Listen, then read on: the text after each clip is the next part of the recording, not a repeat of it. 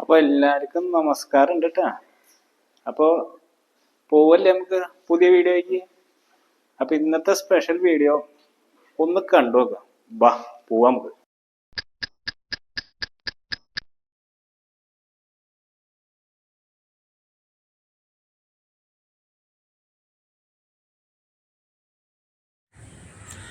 അപ്പോൾ എല്ലാവർക്കും സ്വാഗതം. നമ്മൾ ഇന്ന് ചെയ്യാൻ പോകുന്നത് ഒരു വെജ് ഫ്രൈഡ് റൈസ് ആണ്.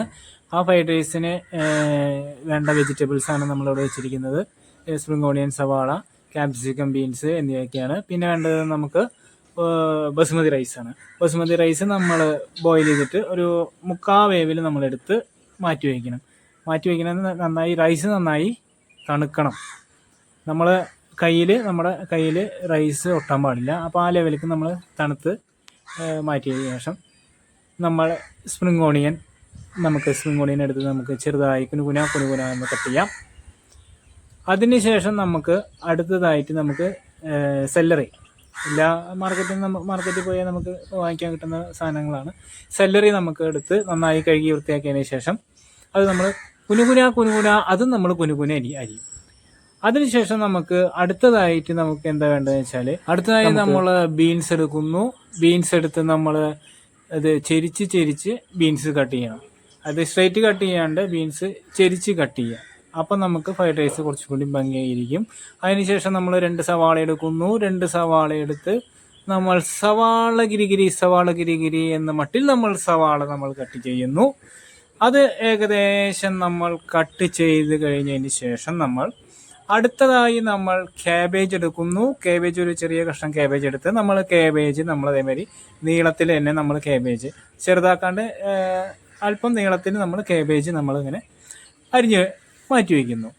അതിനുശേഷം നമ്മൾ ക്യാബേജ് അരിഞ്ഞതിന് ശേഷം നമ്മൾ ക്യാരറ്റ് എടുക്കുന്നു. നല്ല ഫ്രഷ് ക്യാരറ്റ് എടുക്കുന്നു. ഫ്രഷ് ക്യാരറ്റ് എടുത്ത് നമ്മൾ അത് സെൻറ്റർ കട്ട് ചെയ്ത് അതും നമ്മൾ ചെറുതായി നമ്മൾ അരിയുന്നു. അതിനുശേഷം നമ്മൾ വേവിച്ച് വെച്ചിട്ടുള്ള ബസുമതി റൈസ് എടുക്കുന്നു. പിന്നെ നമ്മൾ കട്ട് ചെയ്ത് മാറ്റി വെച്ചിട്ടുള്ള സെല്ലറി, ക്യാബേജ്, ക്യാപ്സിക്കം,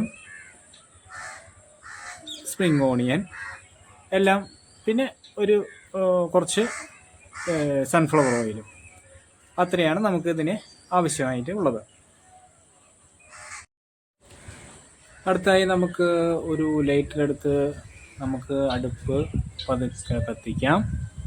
അങ്ങനെ നമ്മൾ അടുപ്പ് തീ പിടിപ്പിച്ചതിന് ശേഷം ഒരു ഉരുളിയെടുത്ത് നമ്മൾ അതിൽ വെക്കുന്നു. അതിന് ശേഷം നമ്മൾ സൺഫ്ലവർ ഓയിൽ എടുത്ത് നമ്മൾ കുറച്ച് സൺഫ്ലവർ ഓയിൽ ഒഴിച്ചു കൊടുക്കാം. അതൊരു 4-5 ടീസ്പൂൺ സൺഫ്ലവർ ഓയിൽ ഒഴിച്ച് കൊടുത്തതിന് ശേഷം അതൊന്ന് നല്ലപോലെ ഒന്ന് ചൂടായതിന് ശേഷം നമ്മൾ അരിഞ്ഞ് മാറ്റി വെച്ചിരിക്കുന്ന carrot, capsicum, cabbage, spring onion അതെല്ലാം നമുക്ക് അതിലേക്ക് ഇട്ട് നമുക്ക് അതൊന്ന് ചട്ടുകം കൊണ്ടൊന്ന് ഇളക്കി മറിക്കാം. ചട്ടുകെടുത്ത് ഒന്ന് നമുക്ക് നന്നായി ഇളക്കി കൊടുക്കാം. അങ്ങനെ നന്നായി നമ്മൾ ഇളക്കി നന്നായി ആ പച്ചപ്പൊക്കെ ഒന്ന് പോയതിന് ശേഷം നമ്മൾ മാറ്റി വെച്ചിരിക്കുന്ന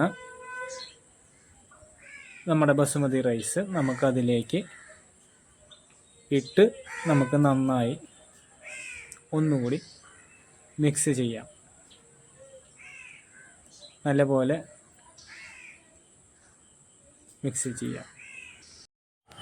അങ്ങനെ നന്നായി നമ്മളിങ്ങനെ മിക്സ് ചെയ്ത് ആ റൈസും നമ്മൾ ഇട്ടിരിക്കുന്ന വെജിറ്റബിൾസും നന്നായി അതിൽ പിടിക്കണം.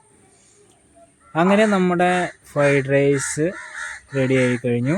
അത് നമ്മളതൊരു പാത്രത്തിലേക്ക് മാറ്റി നമ്മളിപ്പോൾ ഹോട്ടലിൽ കഴിക്കുന്ന മാതിരിയുള്ള ഒരു നല്ലൊരു ഫ്രൈഡ് റൈസ് നമുക്ക് വീട്ടിൽ തന്നെ ഉണ്ടാക്കാം.